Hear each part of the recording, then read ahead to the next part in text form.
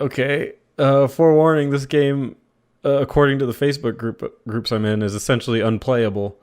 So I apologize if I'm not recommending this game, but it's a game called Earthbound. It's on the Super Nintendo. It's a very classic RPG, and it's definitely the weirdest game I've ever played. And it's hard to really pin down like what it's about. Even, I mean, it's definitely about growing up in childhood and looking at adults in a weird way. As far as like the actual RPG elements go, it's nigh like I said, unplayable. Like it's very old school. It plays kind of like Dragon Quest, early Dragon Quest games. And its inventory system is incredibly difficult, which for reference, I defend this game a lot to people, especially on the internet, because newer gamers can't really grasp it, or the monkeys that are on that Facebook group. And they were talking about how the game is bad because the inventory system is bad, and the game should be more like Breath of Fire. which in my brain, I'm like, you're comparing Breath of Fire to Earthbound? Like, that's absolute nonsense to me. But hey, teach their own, I guess. But the game, why it stands out is its writing, and it's just oddness. It's got like 70 different music tracks to it, which is pretty weird for a Super Nintendo game. It's got like when you enter a battle, it's really trippy and has a bunch of weird moving backgrounds and weird music. And the things that you fight are like a guy on a pogo stick. You fight like inanimate objects that are somehow alive, like lamps. And then the bosses, I mean, one of them is just like a big like piece of crap, I think. It's just like, and you just throw him a jar of fly honey and he eats it and he ignores you the entire fight.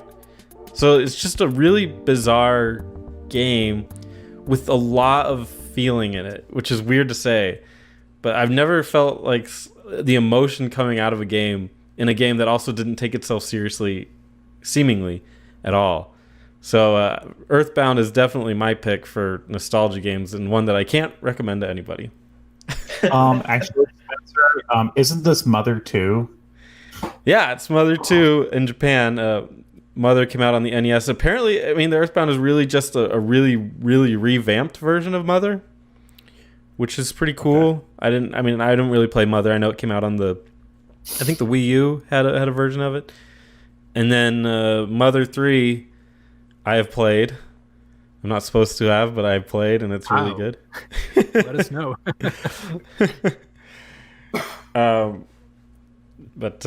Yeah, no, I think Earthbound is one of the most unique games you could play if you can get past all the old school trappings. You'll never play anything like it. This game used to command a lot of money on the interwebs. If you want to buy it, like even in the stores, I guess. I think some might say hundreds of dollars. I have to ask you, is it worth it? If you're looking for a really, really unique game to add to your collection that will stand the test of time in the fact that it's different and has a following, then yeah, I think it would be worth it. I wouldn't mind grabbing that. If you're looking to literally play it and have an enjoyable gameplay experience, probably not. It does not, like I said, it does not age well at all, and it didn't really do well when it first came out. It was really poorly marketed, and it was poorly even released. I think it came out at like $100, and it came with a big guidebook that you had to buy with it with a bunch of stickers in it. Which, like, forcing people to buy that just so you can play this game is so bizarre. And on the advertisements for the game, it literally on the top just said, "This game stinks." How did you even find out about it? I saw Earthbound all the time when I was growing up, and it wasn't like a game I thought I would ever like. It looked like a weird semi 3D graphics on the box, and these just like normal looking characters like Ness and Paula and Jeff. That's the name of your heroes, and then Pooh. And all these characters, they don't look like, I mean, Pooh, I guess, does, but every other character doesn't look like a video game character. Like, you put that next to Final Fantasy VI or Chrono Trigger, it's like, why would you pick Earthbound? It doesn't make any sense. But I eventually came back to this game through emulation, and I realized that Ness was my favorite character in Super Smash Brothers. And I didn't know who he was.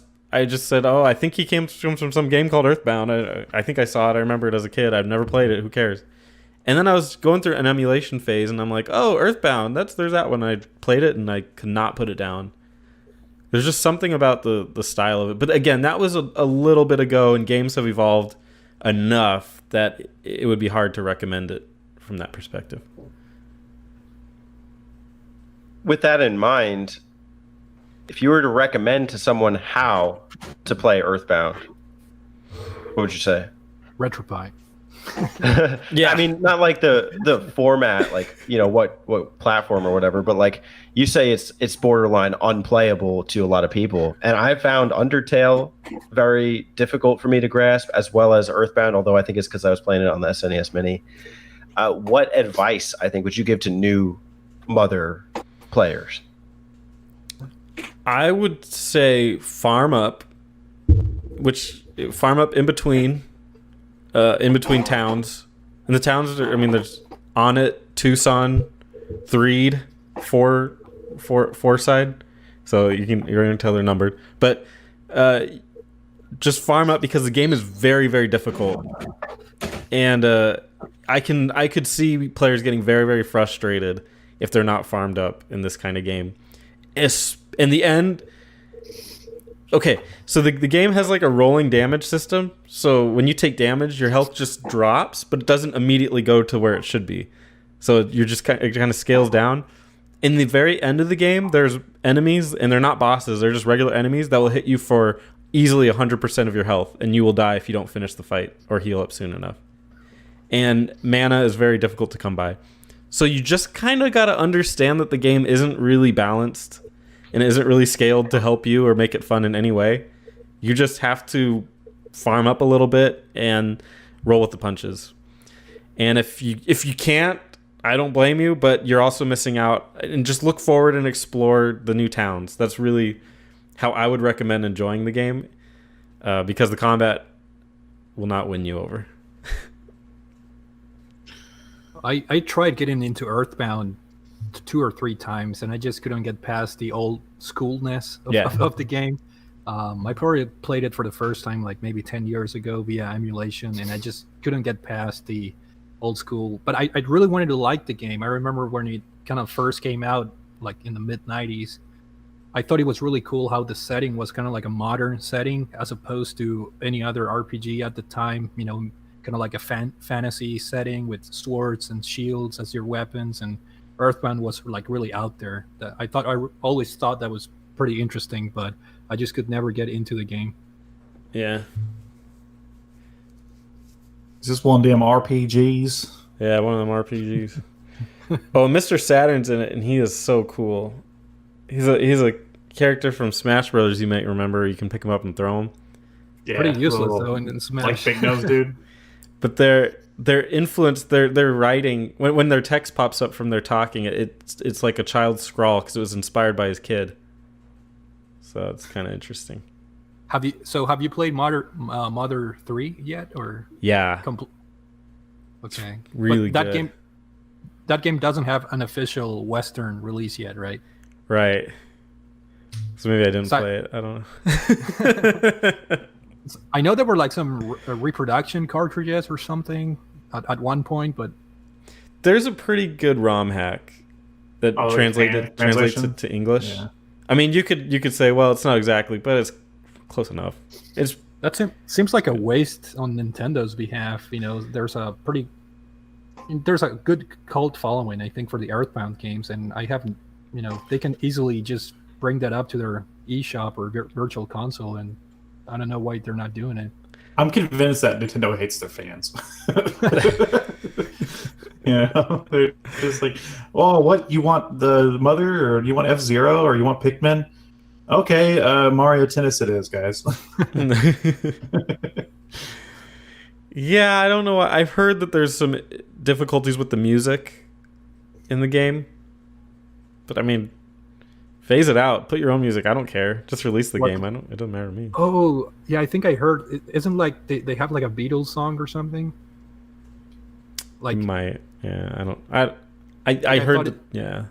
They had like a version of Yesterday or something. I don't know if that's true or not, but I think that was kind of like the issue.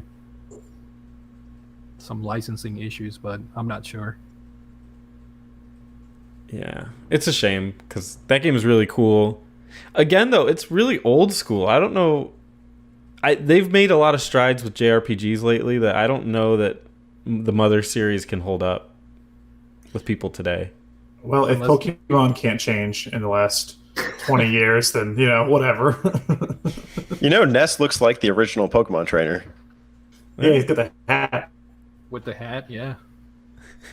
It's like they put Terry Beauregard in Smash Bros. So it looks like you have like an evolution of like the Pokemon trainer. It's like Ness, then Pokemon trainer, and Terry Beauregard. It's like he's evolving. That's a good one, yeah.